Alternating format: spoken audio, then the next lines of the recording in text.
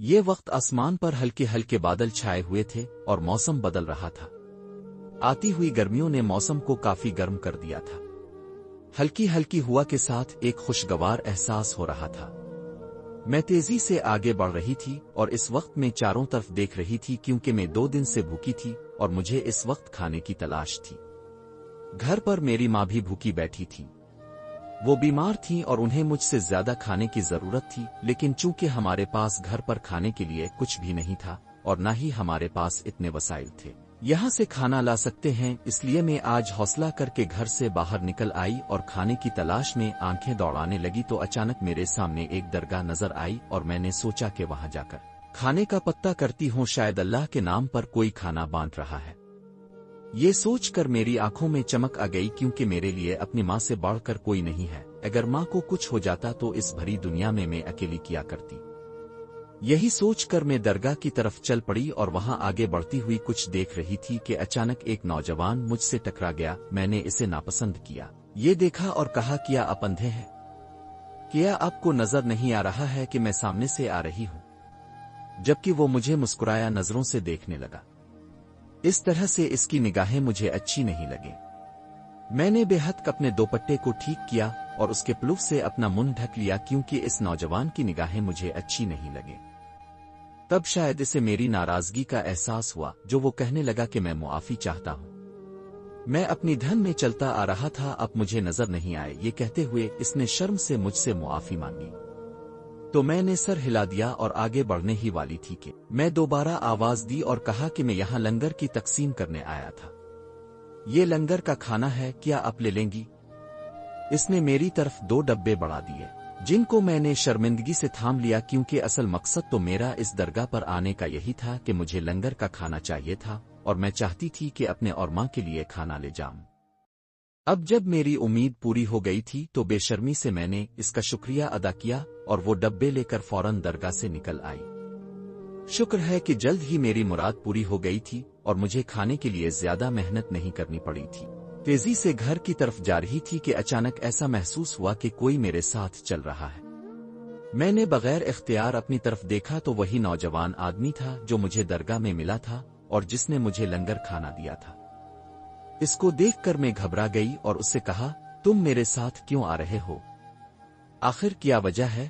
جب میں نے ناپسندیدگی سے اس سے کہا تو اس نے کہا، دیکھو اپنا داپٹہ ٹھیک کر کے جاؤ اور ہمیشہ نقاب میں گھر سے نکلا کرو، اس طرح جب نکلتی ہو تو بہت سارے لوگ اپنا راستہ چھوڑ دیتے ہیں، یاد کرتے ہیں اور آپ کی حسن کی گلیوں میں کھو جاتے ہیں۔ اس کی بات سننے پر میرے ماتھے پر پسینے کے خطرے آنے لگے۔ میں بے اختیار اپنے دوپٹے کو اچھی طرح ٹھیک کیا اور جلدی جلدی قدم بڑھانے لگی۔ تب اس نے مجھ سے کہا، آپ کا نام کیا ہے؟ میں تیزی سے بولی، میں آپ کو کیوں بتاؤں؟ یہ کہہ کر میں آگے بڑھ گئی جبکہ وہ لڑکا شاید کہیں پیچھے رہ گیا تھا۔ میں نے تھوڑا آگے جا کر موڑ کر دیکھا تو وہ مجھے کہیں نظر نہیں آیا۔ میں نے شکر کا ایک سانس لیا ورنہ مجھے اس بات کا ڈر تھا کہ کہیں وہ میرا پیچھا کرتے کرتے گھر تک نہ آ جائے۔ میں گھر پہنچ تو بھوک سے نڈھال بیٹھی تھیں، ان کی طبیعت بھی ٹھیک نہیں تھی۔ جلدی سے اس ڈبے سے کھانا نکال کر انہیں دیا۔ کھانا گرم تھا۔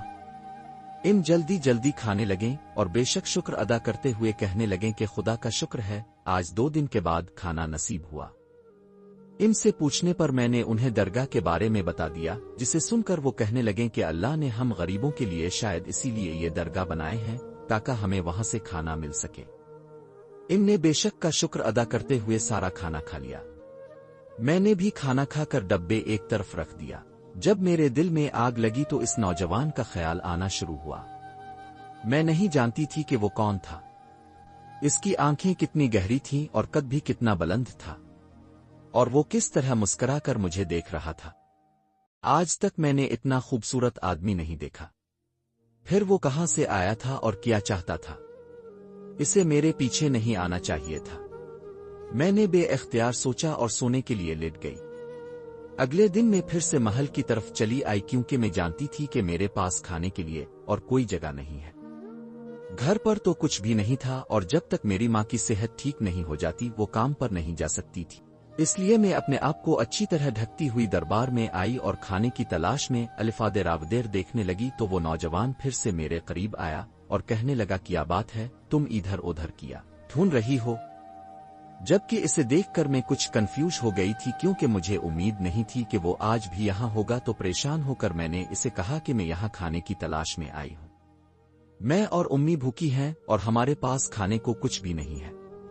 मैंने आहिस्ता से कहा तो वो मुस्कुरा कर बोला, अच्छा बस इतनी सी बात है, चिल्लू आओ मैं तुम्हारे खाने का बंदोबस्त कर दूंगा। ये कहते हुए वो आगे चलने लगा और मैं ख्यालात में गुम उसके पीछे चलने लगी। दरबार में थोड़ी दूर जाकर उसने कहा कि तुम यहाँ रहो, मैं खाना लेकर आता हूँ। और पत्ता नहीं वो कहाँ गायब हो गया। कुछ देर बाद जब वो वापस आया तो उसके हाथ में खाने के कुछ पैकेट थे जिन्हें इसने मुझे दे दिए। मैंने बेइख्तियार शुक्र आमेज अंदाज में इसे देखा और कहा कि आपका बहुत शुक्रिया, आपकी वजह से खाना नसीब हुआ। मेरी माँ बहुत खुश हो जाएंगी। मैंने शुक्रिया अदा करते हुए वापसी के लिए कदम बढ़ाए तब वो कहने लगा कि मुझे तुम्हारे काम आकर बहुत खुशी हुई है और तो अपने आप को तन्हा ना समझ। अगर तुझे किसी चीज की जरूरत हो तो मुझे बता देना। इस तरह कहने पर मैंने पलट कर देखा तो उसकी आंखों से निकलने वाली तेज रोशनी मुझे बहुत अजीब महसूस हुई। इसका चेहरा मुस्कुरा रहा था, लेकिन इस वक्त में कुछ पिल्लों से ज्यादा इसकी तरफ नहीं देख सकी और तेजी से घर की तरफ चल पड़ी।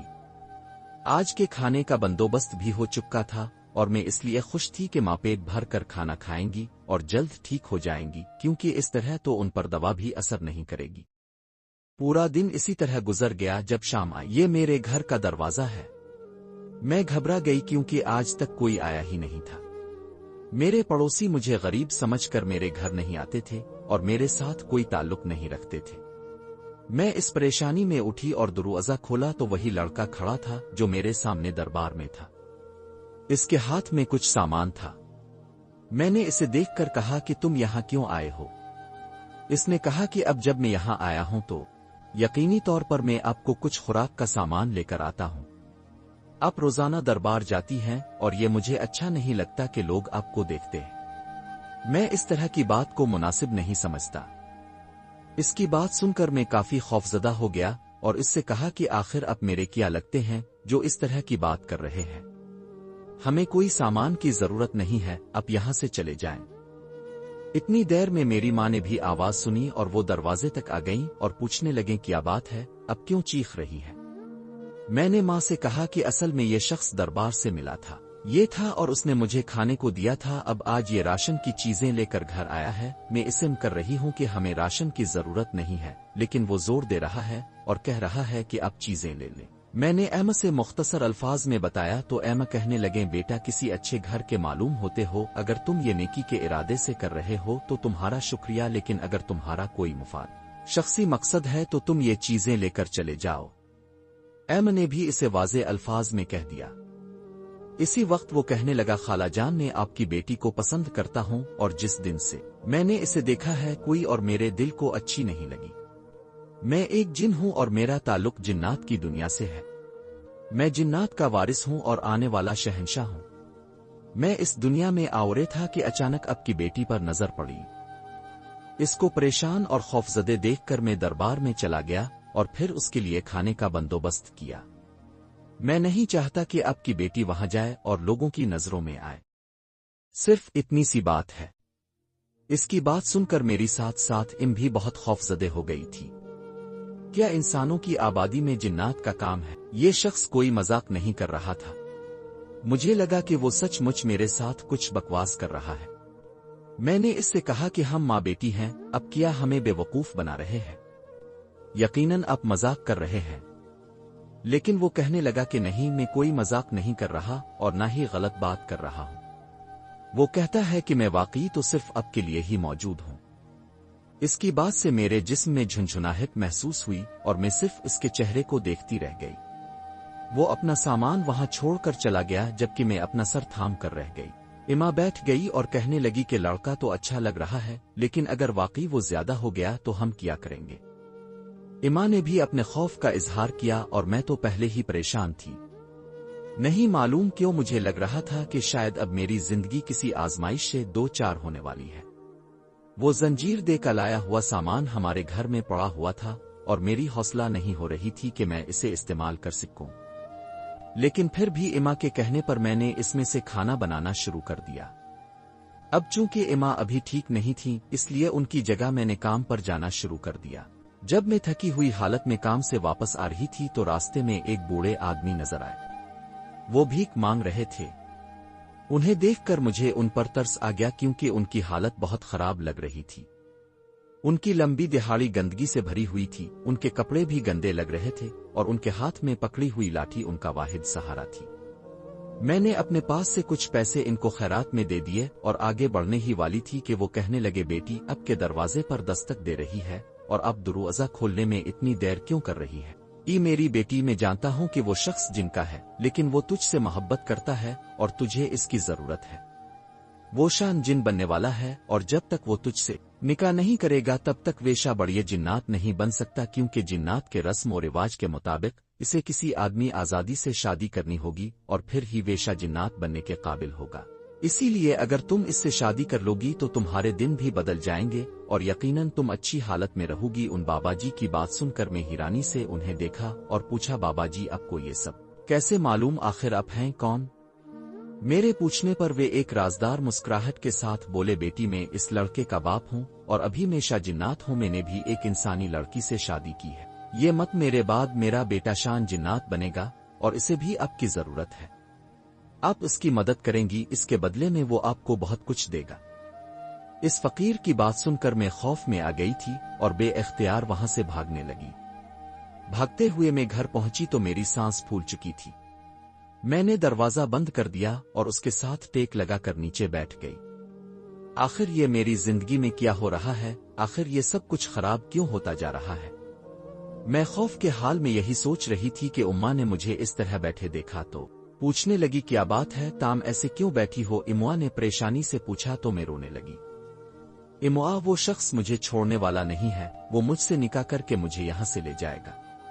मैं नहीं जाना चाहती, ना जाने इसकी दुनिया कैसी हो, ना जाने वहां कैसा माहौल हो। मैं आपको छोड़कर नहीं जा सकती। मुझे ऐसा लग रहा है जैसे मैं जल्द अब से जादी हो जाऊंगी। मुझे बचा लो इमुआ, मुझे रोक लो इमुआ। मैंने रोते हुए इमुआ का हाथ थाम कर कहा तो इमुआ भी अपने आंसू रोक ना सकी और मेरे साथ रोने लगी। हम दोनों माँ बेटी काफी देर तक रोते रहे, लेकिन कुछ देर बाद इमुआ ने खुद को संभालते हुए कहा, मुझे बताओ बेटी, आखिर किस बात ने तुम्हें इतना डराया है? ऐमू के पूछने पर मैंने उन्हें रास्ते में मिलने वाले फकीर की सारी बातें बता दें। ये सुनकर ऐमू बोले, मेरे ख्याल में मेरी बच्ची तुम्हें इस शख्स से आया है। ऐमू के पूछने पर मैंने उन्हें रास्ते में मिलने वाले फकीर की सारी बातें बता दें। ये सुनकर ऐमू बोले, मेरे ख्याल में मेरी बच्ची तुम्हें इस शख्स से निकाह कर लेना चाहिए, क्योंकि मैं जान गई हूं कि इसके बगैर अब कोई चारा नहीं।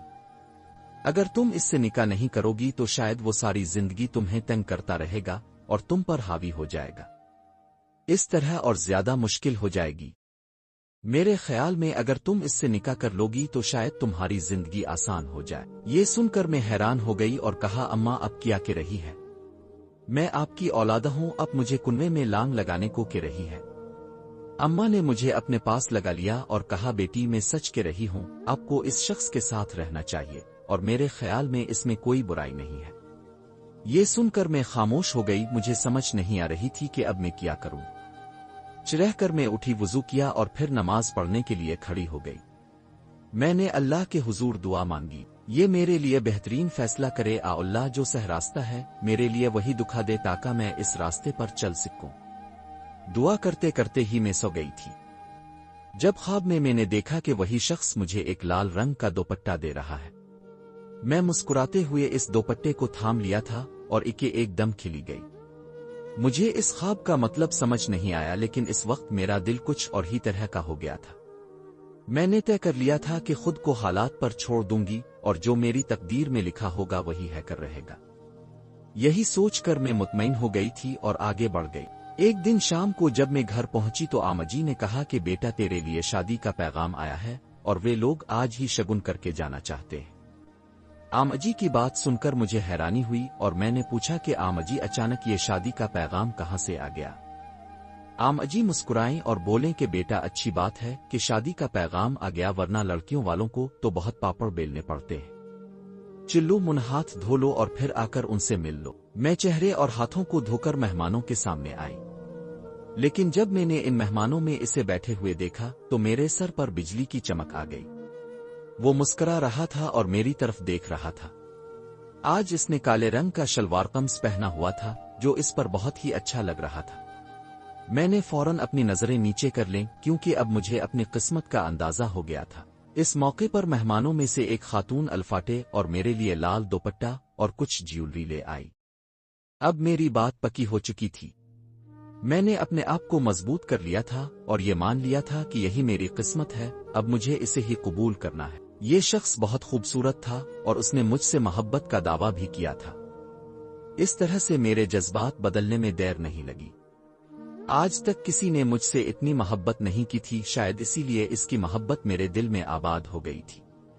اب مجھے یقین ہو گیا تھا کہ ہمارا ملاپ کوئی نہیں روک سکتا۔ میری شادی کے لیے اس کے گھر سے شگون کی کئی چیزیں آئی تھیں۔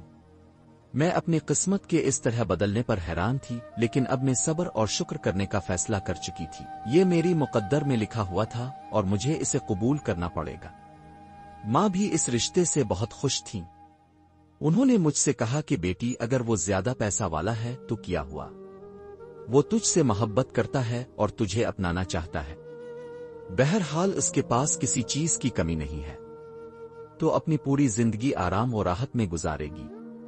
ماں کی یہ بات مجھے اور بھی مطمئن کر دی، اور سچ کہوں تو میں پہلے ہی اس کی محبت میں گرفتار ہو چکی تھی، اس لیے میں نے خود کو اس کے حوالے کرنے کا فیصلہ کر لیا۔ آج میری شادی اس شخص کے ساتھ ہے جو کہ بہت زیادہ پیسہ والا ہے۔ یہ شادی میں جن کی بڑی تعداد آئی تھی، پہلے جو چیزیں مجھے ڈرا دیتی تھیں اب وہی مجھے آرام دینے لگی تھی۔ میں لال جوڑے میں پوری طرح سے سجی ہوئی تھی، جبکہ وہ سفید لباس میں کسی آسمانی شہزادے کی طرح لگ رہا تھا۔ ہماری جوڑی کو بہت سراہا گیا اور بار بار ہماری نظر اتاری گئی۔ میرے دل کی دھڑکنیں تیز ہو رہی تھیں اور میں گھبرائی ہوئی تھی۔ شادی کی رسمیں پوری ہو چکی تھیں، تب اس شخص نے میرا ہاتھ تھاما اور کہا، میں ساری زندگی تجھے وفادار رہوں گا اور تجھ سے محبت کرتا رہوں گا۔ اس بات نے مجھے شرما دیا دور کہیں میرے دل میں۔ اب میری زندگی میرے ساتھ مہربان ہے۔ اب میں لوگوں کے گھروں میں کام کرنے کی ضرورت نہیں ہے اور نہ ہی کھانے کے لیے دوڑنے کی۔ اب میں زندگی میں بہت خوش ہوں۔ پیارے دوستو، اگر آپ کو ہمارا یہ بیان پسند آیا ہے تو براہ کرم ہمارے چینل